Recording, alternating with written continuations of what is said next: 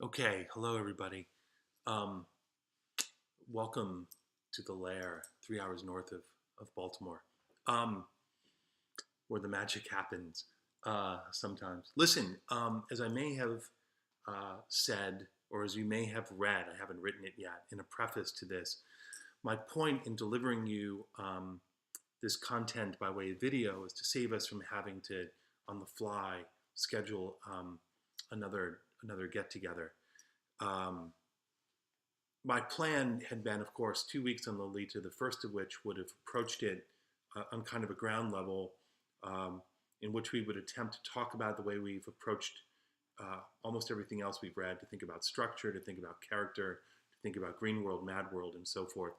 And then in the second week, um, the idea was to take a big step back, and I would talk to you for the most part about Nabokov's aesthetic and the ways in which Lolita operates within that aesthetic.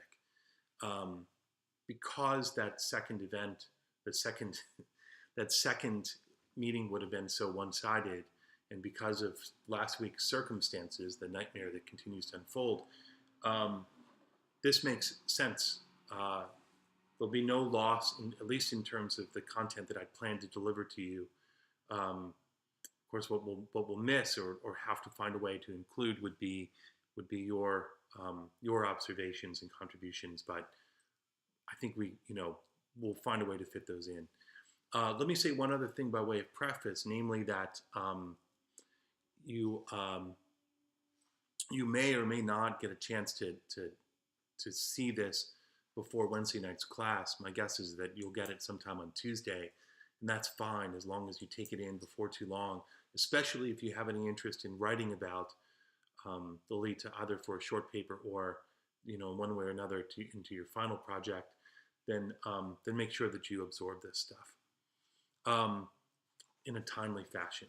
Okay, so um, Nabokov's aesthetic. My approach to this is going to be to think of Nabokov, the frame anyway for what will follow, but to think of Nabokov as somebody who is both um, enormously indebted to, enormously influenced by his immediate predecessors, by which I mean the paleo-moderns, the high moderns, the modernism of James Joyce, of T.S. Eliot, both of whom are addressed in this text, the text of Lolita directly, the modernism of Ezra Pound, in a certain other way of Stravinsky, of Picasso, and so forth.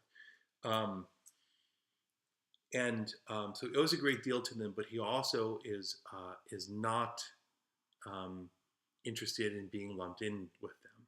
He wants to do, and as with everything, he goes a great distance to be distinguished from them, to make sure that he distinguishes himself from them. But let's start with what he owes them. And so here are sort of 8 features of high modernism that Nabokov identifies with. One, supremely, a sense of art's autonomy, that a work of art has no purpose beyond its own purposes, which is, its own purpose would be to in the case of a novel, would be to provide for a certain kind of reader aesthetic bliss. But it eschews any notion that the novel ought to be participating with the world beyond itself.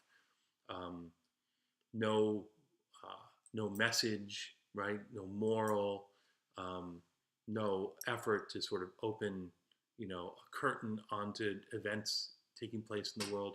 It has only its own purposes that are worked out on its own terrain.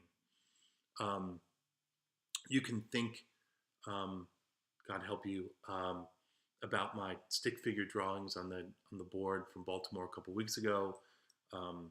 The writer's authority with his crown, speaking down to the reader, right, delivering a wisdom message. This is precisely the kind of thing that he abhors. So that's one. 2 would be a general sense of crisis. Now, for the paleo-moderns, at the beginning of the 20th century, before, during, after World War I, there was a general sense that Europe was in crisis, and that crisis is sort of, we'll talk about this a little bit when I have us sort of turn our attention to T.S. Eliot as he appears in this text as his work appears and is addressed in this text. So a general sense of Europe is in crisis, that it was in need of psychoanalysis, really, that its old ways, its long traditional ways of going about business are no longer serving it, and it needs a rejuvenation. It needs to revisit itself. The way forward is the way back, as T.S. Eliot has it. Revisit itself, return to its roots. This would be the purpose of the Renaissance, for instance. The Renaissance being a 19th century, largely French creation, an effort to sort of look back on what we think of as the Renaissance, the Florentine Renaissance, as a way of drawing old principles, right, and readopting them as new principles. This is sort of what the Paleo-moderns had in mind for, and this is the third thing that Nabokov owes to them, had in mind for treating the patient Europe in crisis, was to look to art, and to look to the classical traditions in particular. Fourth, and relatedly, there is a tremendous felt need to overturn conventions, moral conventions, maybe especially regarding sex, ethical conventions, and so forth, Christian conventions. These needed to be assaulted and overturned. You can tell already, right, at least some of the obvious ways that Lolita serves that need.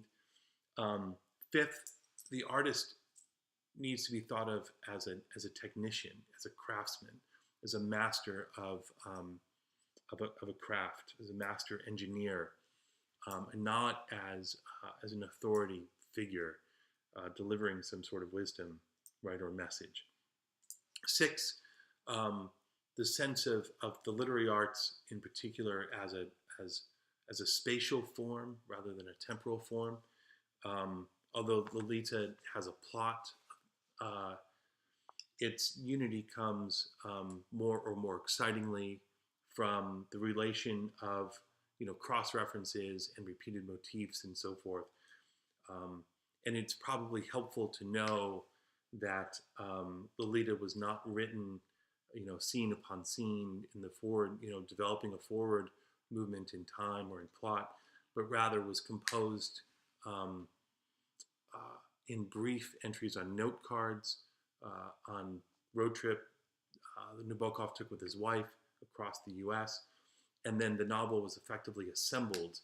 And if you can picture the note cards sort of spread out on a table or a floor, and our master technician sort of working out the relationship between these pieces, then that gives you a sense, perhaps, of spatial form, as I mean it to be implied here.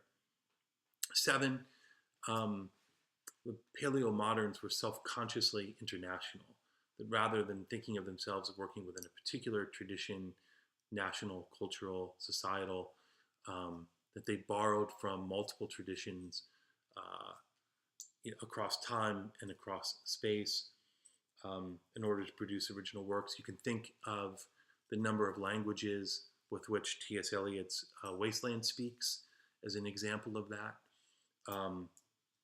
And another sort of helpful point of reference is that Nabokov, at a very tender age, put 2 and 2 together. He knew he was born on Shakespeare's birthday in the year of the 100th anniversary of the birth of Pushkin, and believed himself to be the agent fated to pull these 2 traditions together.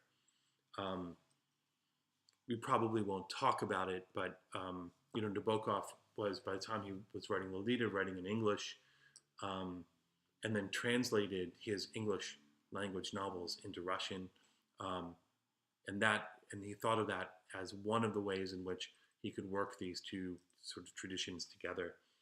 And then finally, the artist as a spiritual exile, somebody who doesn't belong comfortably anyway within a particular society or culture or tradition or set of conventions, but has to draw from many in order to produce himself.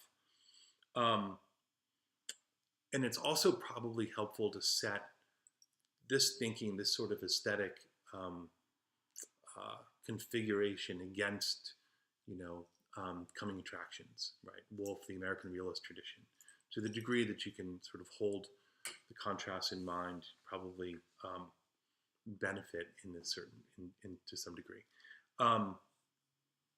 Relatedly, Nabokov had very well, right, his opinions about his predecessors are collected in a volume called Strong Opinions.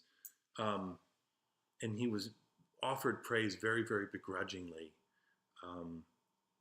But he did single out some of the predecessors that he thought some of the great masterworks of the early 20th century that preceded him.